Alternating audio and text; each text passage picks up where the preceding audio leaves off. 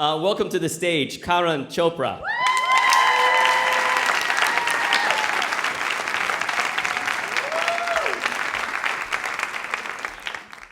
Morning of December 15th, 2005. I was in my dorm room at Georgia Tech getting ready to take a final exam when I got a call from Ghana. I was told that my dad had had a heart attack and had passed away. In a matter of hours, just like that, he was no longer there.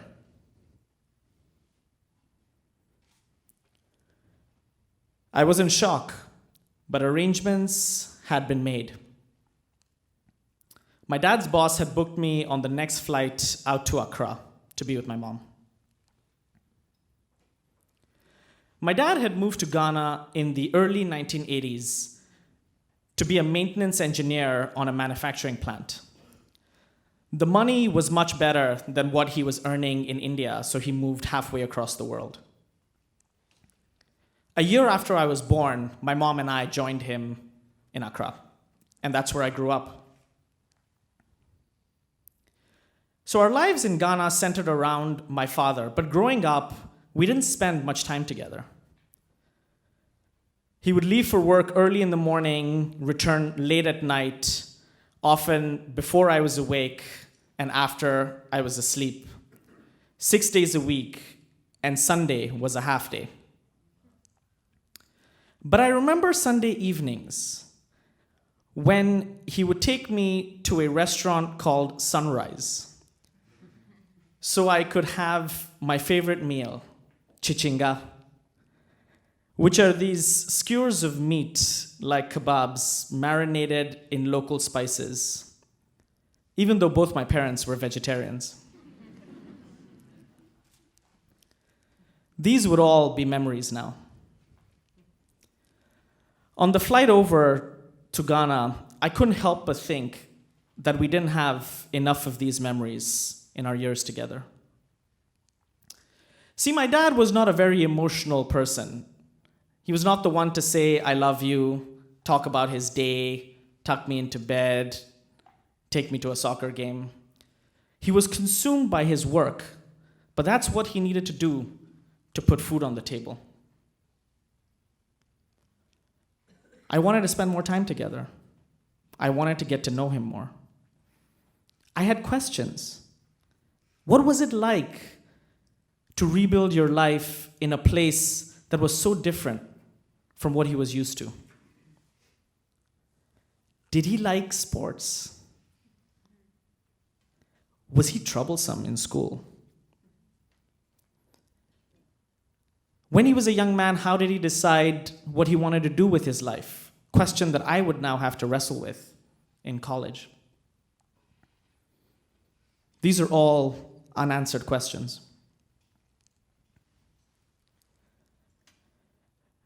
When I arrived in Accra, one of my dad's colleagues took me straight after the immigration desk home while the others waited to get my bags and bring them over.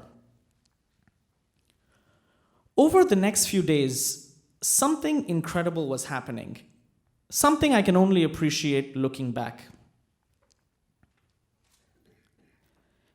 Every day, someone different would bring home-cooked food to our house, not just for us, but for the many others who came to pay their respects. There were people who helped my mom and I with things that I didn't even know needed to be done. Getting a death certificate, washing the body, organizing a cremation. We decided to hold these Hindu prayer sessions for 10 days in a row.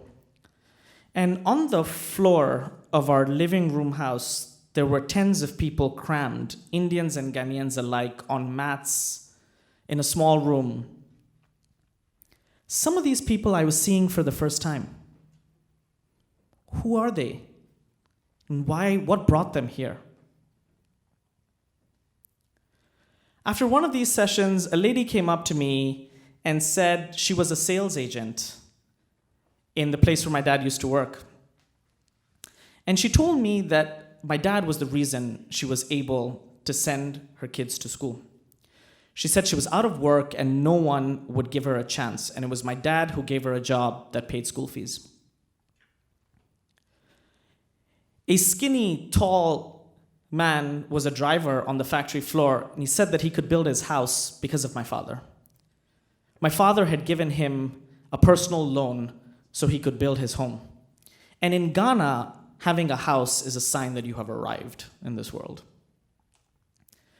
I knew that he cared for the people he worked with, that he was respected, he was the guy who could get things done, but I didn't know he was in the business of giving out loans.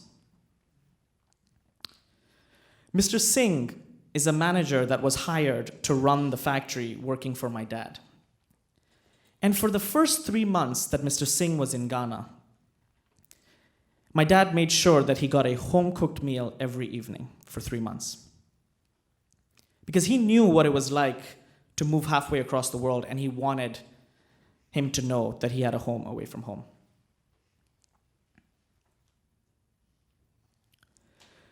The day of the cremation, I was standing on the porch of our house, and I was looking outside, and there must have been at least 100 people in our front yard, through the gate, and onto the dirt road outside. Indians wearing their all-white kurtas, Ghanaians in the traditional red and black funeral attire, and they wanted to carry his body from our home to the cremation ground, which was about 10 kilometers away. See, my dad was not a politician. He was not a village chief. He was not an NGO leader, but he had built a community. He had touched the lives of these people in profound ways. And it is in these stories that they were telling me that I was finding my purpose. A deep understanding of service, of what it means to help others who may not have the same opportunity. What is left of us when we leave are the memories that we have with the people we work with.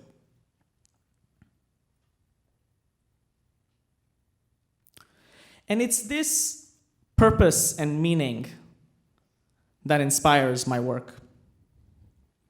It inspires the work I do now here with underserved communities to get them jobs. It's what inspired me to go back to Ghana to build a business there so that farming communities could earn more money and have a better life. And the general manager of that business is none other than Mr. Singh. And Mr. Singh reminds me that my father guides our work in the community. My dad also guides our community at home. My father's name is Surendra, and we named our daughter Serena. And his spirit is in her every day. Thank you.